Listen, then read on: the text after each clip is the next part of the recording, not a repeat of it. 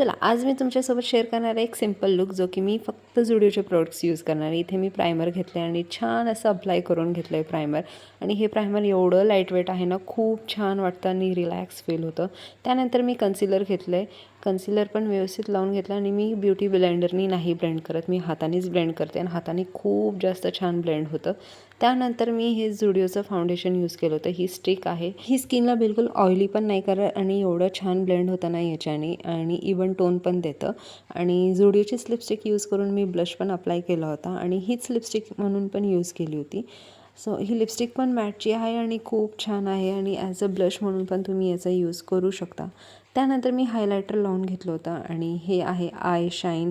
हे all skin टोनला पण चालेल आणि प्लस तुम्ही कोणताही वेअर करा, साडी वेअर करा किंवा वन पीस किंवा वेस्टर्न काहीही वेअर करा, याच्यावर हे आय शाईन खूपच जास्त छान दिसतं। त्यानंतर मी काजळ अप्लाय करून घेतलं होतं आणि नॉर्मल पावडर जी आहे माझ्याकडे यार्डलेची तीच मी अप्लाय केली होती। इथे मी कॉम्पॅक्टचा यूज नव्हता केला।